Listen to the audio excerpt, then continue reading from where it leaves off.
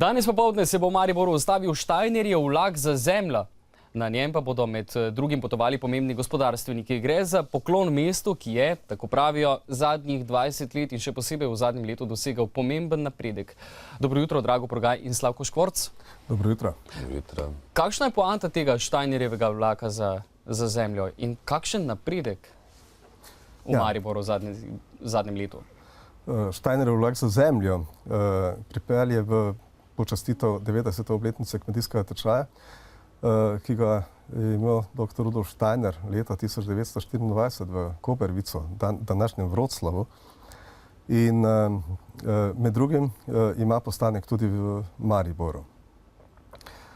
Nekaj je to najbrž povezano s tem, da je dr. Rudolf Steiner rojen v naši neposredni bližini v Donjem Kraljevcu in da je med drugim njegov oče, ki je služboval takrat pri avstrijskih železnicah, leto pred tem dogodkom, pred rojstvom, služboval v neposredni bližini Maribora. To so se preselili v Donji Kraljevec, ker je bil dr. Rudolf Steiner. Ampak poanta celotnega tega Steinerjevega vlaka je biodinamično kmetovanje, če sem jaz dobro razumel zadevo. In na začetku, kaj je biodinamično kmetovanje? Biodinamično kmetovanje je edina oblika kmetovanja, kjer ni potrebno uničevati, kjer ni potrebno ubijati. Torej, v biodinamičnem kmetovanju ne delujemo proti, ampak za.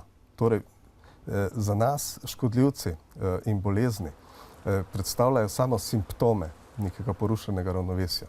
Torej, trudimo se vzpostavljati ravnovesje. To je poanta biodinamičnega kmetovanja. Kar se pa samega vlaka tiče, sam vlak nosi pomembno sporočilo. To sporočilo pa je,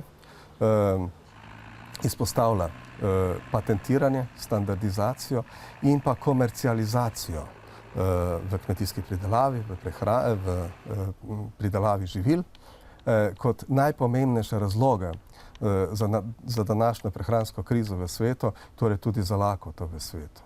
Kako bo tale vlak pomagal recimo temu pri gospodarskem razvoju Maribora? Čisto plastično, čisto realno, kaj se bo morda spremenilo, če se bo? S tem vlakom potujejo predstavniki pomembnih trajnostno usmerjenih podjetij, med njimi tudi bankirji, kot so recimo GLS Bank, predstavniki DM, podjetja, ki ga poznamo tudi pri nas, razširjenem po celi Evropi.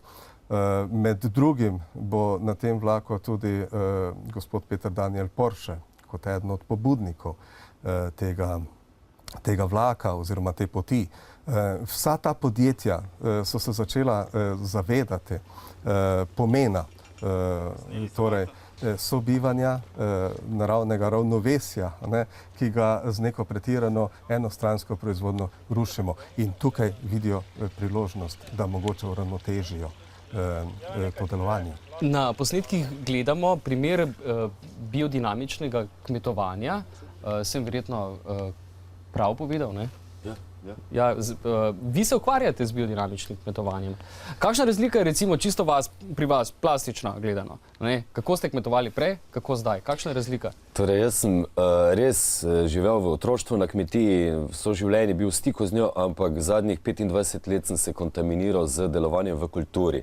Torej, ukvarjam se s kulturo in to je huda okužba, ne? Blazna okužba in blazno kmetovanje, predvsem v našem prostoru, v naši kulturi in tako naprej. In pred 5-6 leti, ko sem ustvaril družino, torej imam dečico, sem začutil potrebo, da ne bomo več živeli v mestu, da bomo sami pridelali hrano in da želimo pravo, živo hrano in da skozi proces pridelave hrane lahko dejansko nekako pomagam tudi sebi po vseh teh izgubah energije in kontaminacije z raznimi nebodiga treba v kulturi, zdaj to čistim na kmetiji. In to pot sem našel nekako v biodinamičnem društvu Podravje in moram priznati, da je najprej učenje, nikamor se ti ne sme muditi, potem pa postanejo stvari, torej na stvari začneš gledati drugače, kot si bil vajen prej.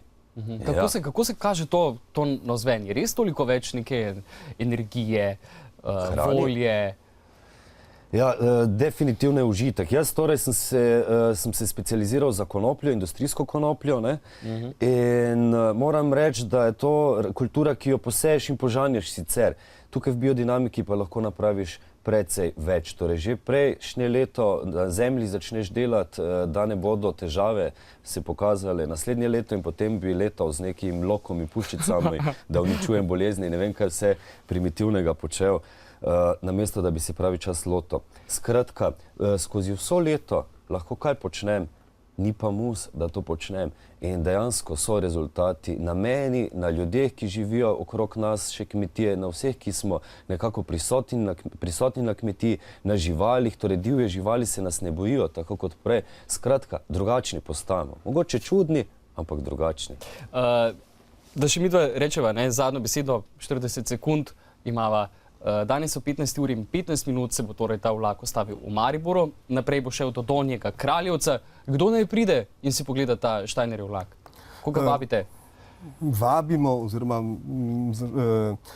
zelo bi bili veseli vseh, ki jih zanima sobivanje z naravo. Tam se ne bo predstavila sama ekološka in pa biodinamična pridelava, temveč tudi valdorski šolarji, se pravi valdorski vrtci in tako naprej. Zaželeno je, da nekaj časa preživimo skupaj, da spoznajo ta naš način delovanja, naš pogled in jaz sem prepričan, da bodo udeleženci zadovoljni. Za lepši jutri. Hvala lepa obema za obisk. 15 ura, ko se vidimo, tega nismo še rekli. 15:15? 15:15. Sem povedal? 15:15. Sicer pa cel vikend v okolici Čakovca, Donji Kraljevec. Okay. Hvala vama.